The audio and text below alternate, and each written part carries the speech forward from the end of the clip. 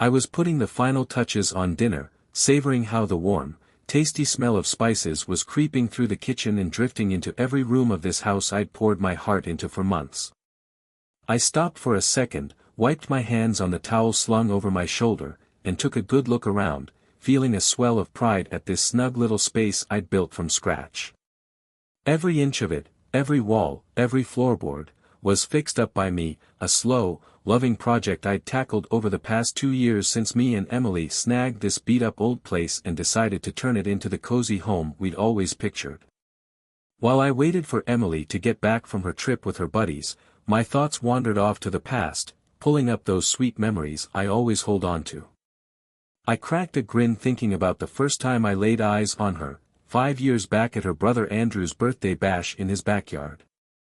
It was just a regular day, but Emily, she stood out with her easy, real vibe, no fake stuff about her. Compared to the other gals there, all dolled up and fishing for attention, she wasn't putting on a show.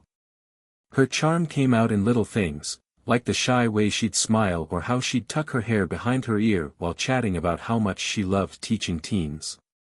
Took me nearly an hour to work up the guts to talk to her, but once I did, man, she blew me away even more. We hit it off smooth as anything, and that chill afternoon turned into one I'll never forget. By the time it was over, I knew deep down she was the one I'd spend my life with. Those early years together just zipped by. I'm an engineering nut, always wanting to give my wife a steady, comfortable life, so I climbed the ladder at work pretty quick. Emily, though, she found her sweet spot teaching high school kids. She had this patience and kindness that won them over big time. Even with our crazy schedules, we carved out time for the small stuff, strolls at sunset, quick weekend getaways, or just kicking back on the couch with some old flick, wrapped up together. After 2 years, we tied the knot in a simple little wedding, nothing fancy, but packed with love and all the meaning in the world. Didn't need a big blowout, we had each other and a wide-open future to dream up. Life rolled along nice and quiet for a while, no major curveballs, well, not until lately, anyway. Over the past few weeks, I'd started picking up on these little shifts in Emily. At first, it was subtle stuff, a far-off look in her eyes when we talk about what's next, a weird quietness whenever I brought up kids, and this jittery edge, like something was eating at her she couldn't spit out. I kept telling myself I was reading too much into it, that maybe she was just stressing about the usual next-step stuff couples deal with.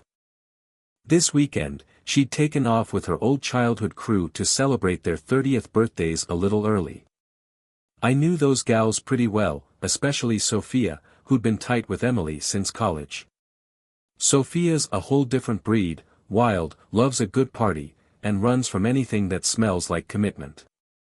Never really clicked with her myself, but I respected that Emily needed her own circle, and it didn't always have to include me. As I laid out the plates on the table, that nagging feeling hit me again, this uneasy gut punch I got every time I thought about Emily and her trip. That spaced-out look she had the week before she left, those short, vague texts she'd been sending, and how distracted she sounded even when we talked on the phone, it all had me feeling shaky and on edge. I shook my head, trying to shove those dark thoughts aside, and focused on the good times, the big wins we'd racked up together. One memory stuck out, the day I finally finished fixing up this kitchen, hands down the toughest part of the whole house redo. Emily was so blown away she teared up, threw her arms around me, and thanked me for taking something so broken and making it a spot where we'd build a ton of new memories. But standing there alone in that same kitchen now, I felt this ache, part sadness, part missing how simple things used to be before all this doubt and worry started creeping into our days.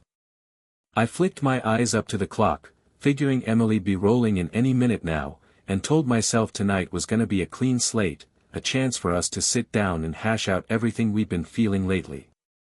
What I didn't have a clue about, though, was that the woman who'd come strolling through that door wasn't gonna be the same Emily I'd known all these years. The gal who stepped inside wouldn't be able to mask the guilt swimming in her eyes, and this house I'd poured so much love into fixing up was about to get hit with the roughest storm we'd faced since we said, I do. While Emily was off on that trip with her crew, she'd been dead set on unwinding, especially since they were all toasting a big deal. Turning 30 was creeping up, and it felt like this huge marker for them.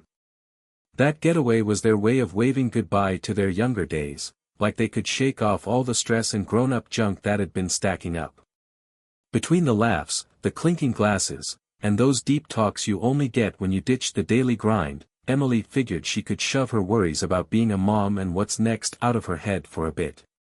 Now, out of all her friends, Sophia was the one who always stole the spotlight. She's got this long, dark hair and a quick, carefree grin that just lights up the whole group. Sophia's life's nothing like Emily's. She's all about chasing parties, jetting off on trips, and bouncing from one fling to the next, never tying herself down. Me, I'm more like Emily, laid back, happy at home, settled into the quiet routine we'd carved out together. Still, I could tell Emily kinda looked up to Sophia, maybe 'cause she's got this wild freedom I reckon Emily started feeling had slipped away from her somewhere along the line. One night on that trip, after a couple glasses of wine loosened her up, Emily started spilling her guts about all the doubts rattling around in her head. Her pals leaned in close, soaking up every word as she laid it out, how she loved me to death and really wanted kids, but part of her was scared she'd miss out on other big stuff if she jumped in too fast. Most of them just nodded along, getting it, but Sophia. She flashed this big, almost flirty grin and hit Emily with something that made her freeze. Come on, girl, you're way too young to be locked into all that heavy stuff already. You gotta cut loose a little before you're knee-deep in mom life.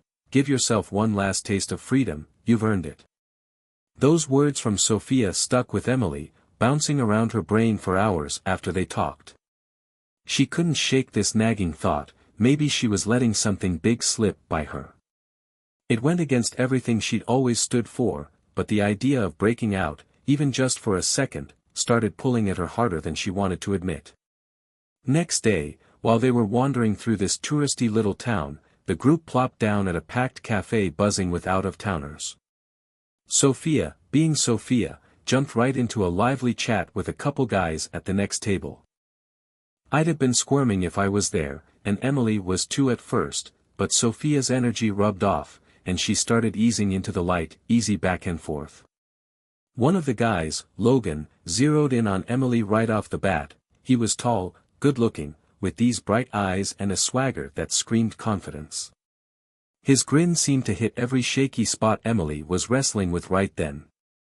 Sophia caught Emily holding back and gave her a nudge. Chill out, you're not crossing any lines here. Just talk, enjoy it, quit treating life like it's always gotta be so serious.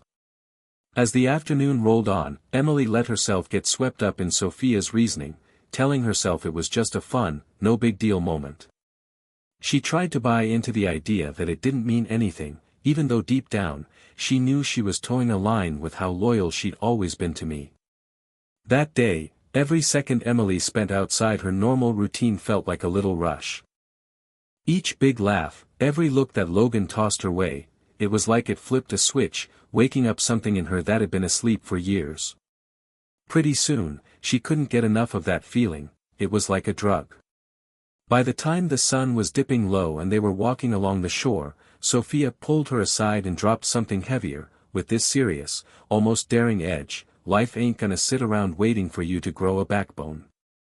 If you wanna know what it's like to live without second-guessing everything, you've gotta grab it now, tomorrow's not promised. That hit Emily hard, right in the gut. She was caught between the safe, steady love she had with me and this crazy, new buzz she was feeling out there. As the day stretched on, Sophia doubled down, like she was on a mission to make sure Emily didn't let this shot slip away, throwing her these sly smiles and words that dug right into the soft spots Emily didn't even know she had.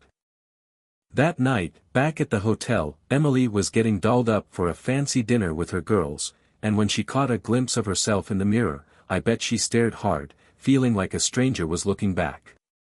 For a split second, it hit her, something inside was shifting fast, maybe too fast to rein in. Still, she shoved that noise out of her head and decided to dive headfirst into the night, convincing herself it was all just a bit of innocent fun. They hit up this classy, warm restaurant, and wouldn't you know it, Logan, that guy she'd been chatting with earlier, popped up again, like the universe was nudging them together. Sophia was eyeballing them with this sly little grin, clearly tickled to see Emily finally letting loose. Before she knew it, Emily was soaking up the attention, getting swept away in deeper talks and these long, heavy looks. She could feel she was stepping into risky territory, but something in her gut kept egging her on. By the time dinner was winding down, Emily was totally caught up in the vibe of that random run-in.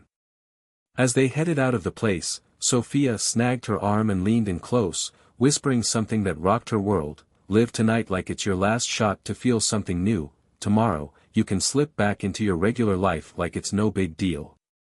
Right then, fueled by that dare, Emily threw caution out the window and pushed aside everything we'd built together.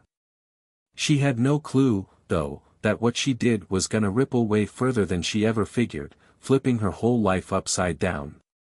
When Emily walked through our front door that night, I knew something was wrong the second I laid eyes on her.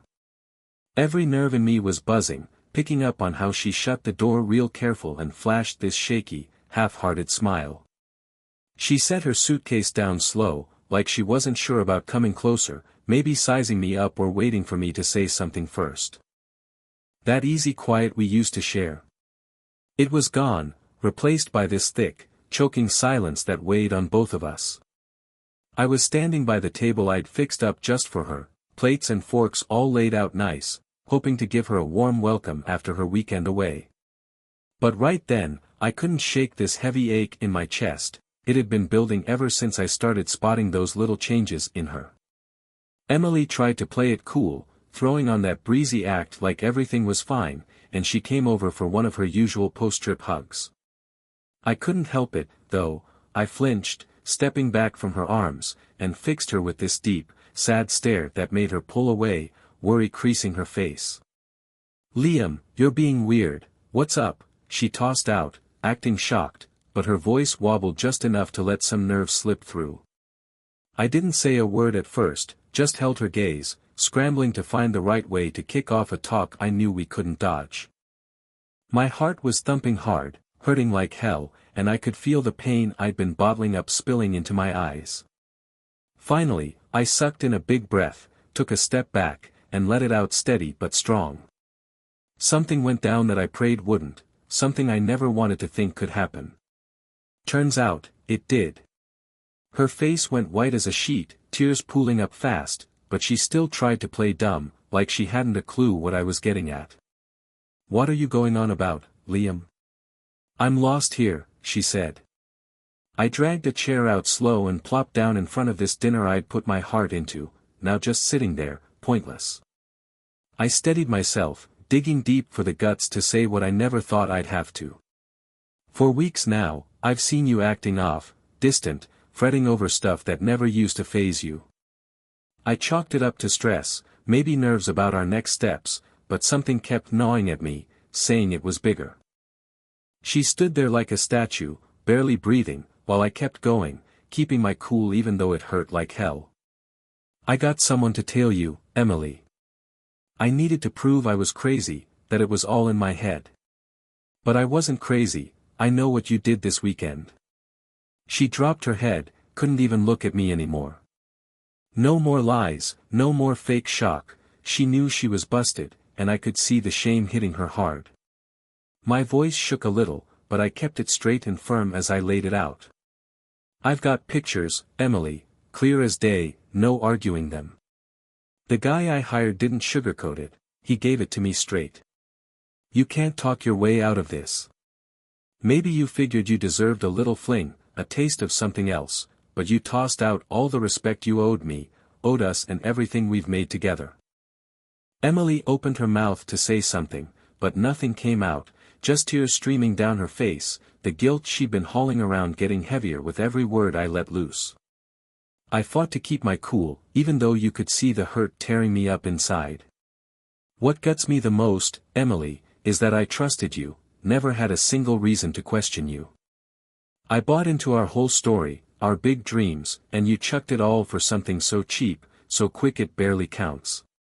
She sucked in a wobbly breath and finally got some words out, her voice cracking between these messy sobs. Liam, I'm telling you, it didn't mean a damn thing to me.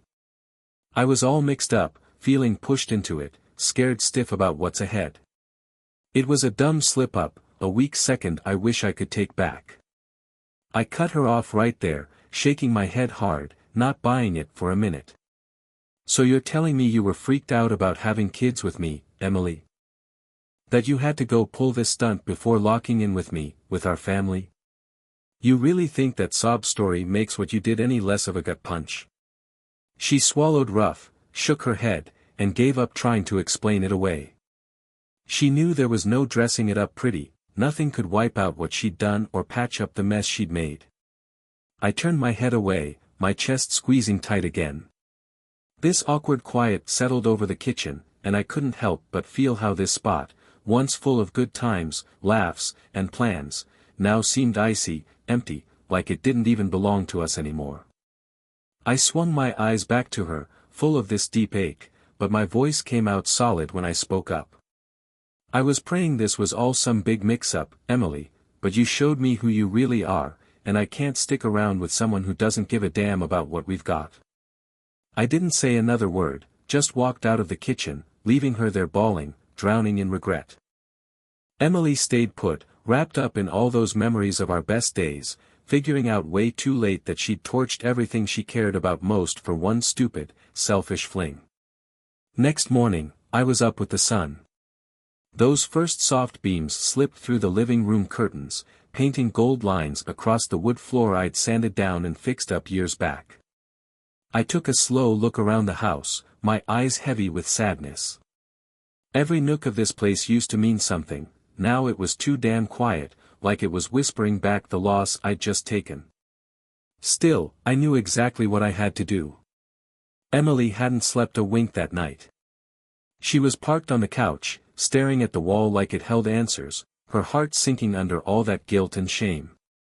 My words were still bouncing around in her head, loud and sharp, like some sour tune she couldn't shake. She knew no excuse was gonna fix this, and anything she tried to say would just ring empty against the hurt she'd dumped on me, the guy who'd always had her back. When I stepped into the living room, there she was, right where I'd left her hours ago. Her face was streaked with tears, eyes red and raw from crying all night long. Seeing her like that sliced me open, but I made myself hold it together. That sting of her betrayal was still fresh, burning hot, and I wasn't about to waver. She barely looked up when she clocked me standing there, too scared to speak, so I broke the quiet, keeping my tone steady even with the sorrow leaking through. Emily, we've gotta sort this out fast. I'm filing for divorce today, want it done clean, no mess, no fuss. We both know it's the only way forward. She shut her eyes, a lone tear slipping down, and gave a slow nod, taking it without a fight. She knew she'd earned it, but that didn't make losing everything hurt any less. Her voice came out soft, almost a murmur. I get it, Liam. I know I can't beg you to stick around after what I pulled, but please, just know I never meant to rip you apart like this. I let out a long breath, my shoulders slumping under the load I was carrying, then walked to the window, staring out while I scraped together the strength to answer without being harsh. Emily, I don't think you meant to stab me in the back on purpose, but that doesn't fix the fact that you shattered every ounce of trust one had in you. You were the one I looked up to more than anybody, and now I can't even glance your way without this ache kicking me in the gut. I can't just brush that off. You made your call, and now I've gotta make mine. Every word I said slammed into her like a sledgehammer, carving out an even bigger hole in that empty pit she was already feeling. She got up off the couch, taking a couple shaky steps my way, like she was grasping at one last shot to patch things up. You're dead right, Liam, I can't rewind, can't erase what I screwed up. All I've got left is to tell you I'm sorry, sorrier than you'll ever know. I turned to face her slow, my eyes wet but my jaw set firm, not budging an inch. I don't doubt you mean it, but that's not enough to keep us glued together. Right then, she could see it plain as day in my stare, the guy who used to love her with everything he had was long gone, replaced by this ghost of what we used to be, something she'd wrecked all on her own. Later that day, I hopped in the truck and headed to a lawyer's office a buddy at work swore by. I wanted this whole thing wrapped up fast and simple, even though I knew damn well none of it was gonna be a breeze for me. My hands were trembling a bit as I walked up to the door, so I sucked in a deep breath, trying to shove down this crushing feeling of screwing up, something I'd never felt hit me this hard before. Sitting there, scribbling my name on those first papers, my mind drifted off to the good times with Emily, stuff now buried under the sharp sting of her betrayal. I pictured every Christmas we'd laughed through, those quick beach trips where we ditched all our cares, and those freezing nights by the fire, talking till the sun came up. All that felt like a lifetime ago, totally cut off from the mess I was stuck in now. Once I'd signed everything, I stood up slow, gave the lawyer a quiet thanks, and stepped outside, hit with this weird mix of relief and gloom. In the truck, I leaned my head back on the seat, shut my eyes for a few minutes, and let the tears roll out, the first time I'd let myself crack since this all blew up. It was like I could finally unclench everything I'd been holding in tight. Driving home, that familiar road stretched out longer than it ever had. I took it slow through streets I knew like the back of my hand, soaking in every little detail like I was saying goodbye to it all. Every turn, every coffee shop, every store we used to hit up together dragged up memories I'd have to leave in the dust. When I pulled up to the house, I sat in the truck for a minute, steeling myself to walk back into a place that felt like it had had the life sucked out of it. I pushed the door open and saw Emily wasn't in the living room anymore. Wandering into the kitchen, I dropped into a chair at the bare table, all by myself.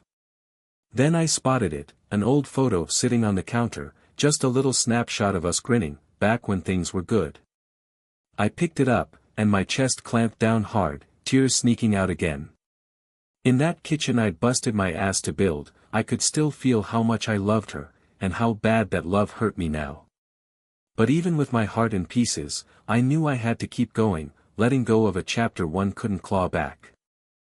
Right then, I got it, I had to dig deep and find the strength to walk away, no matter how much it tore me up. Time crawled by after I left that old life behind. A new town, a new gig, even a new routine, they gave me some kind of normal to hang on to. Still, there were nights when the quiet in my empty apartment got too loud to stand.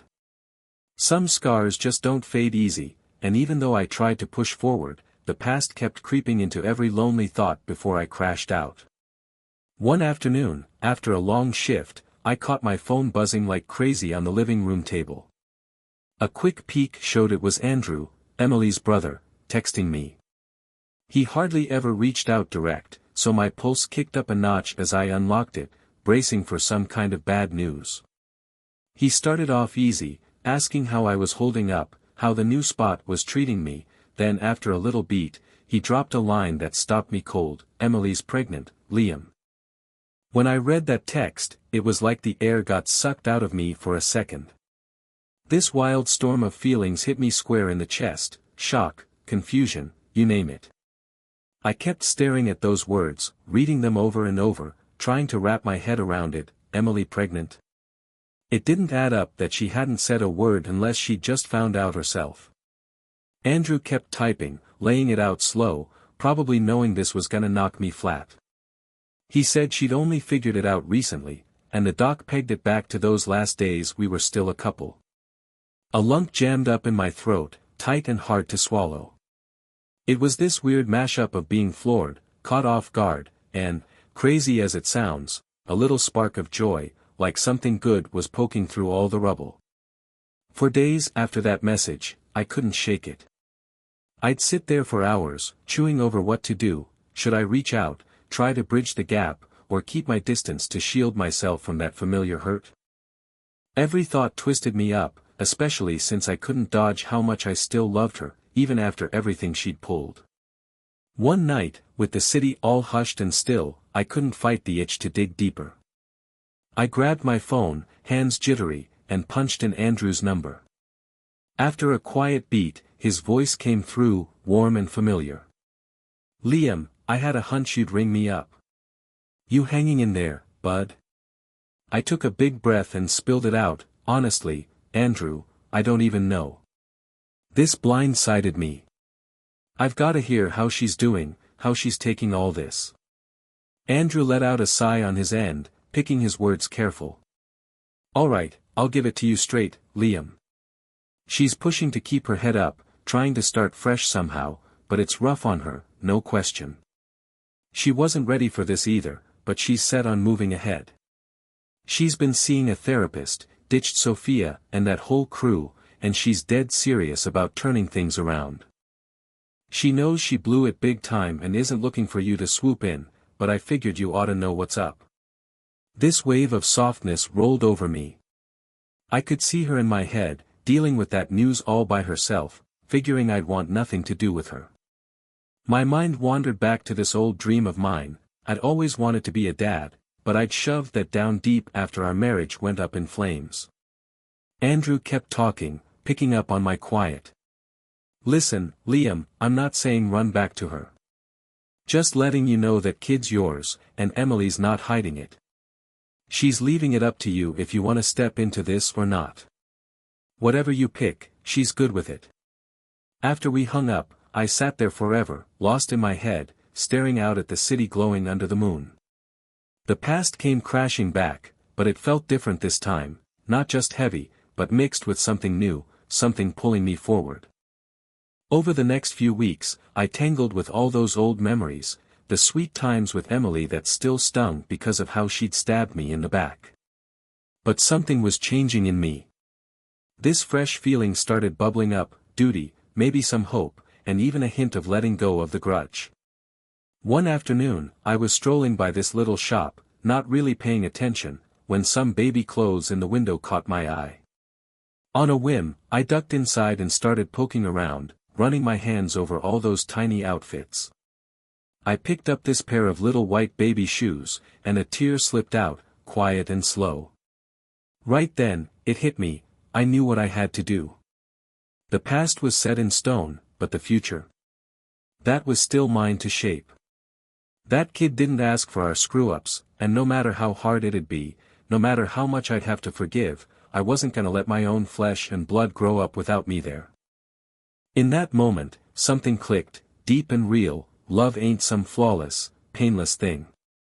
Maybe the truest kind of love is about figuring out how to mend what's broken, about giving another shot when your heart, beat up as it is, still believes there's something worth saving.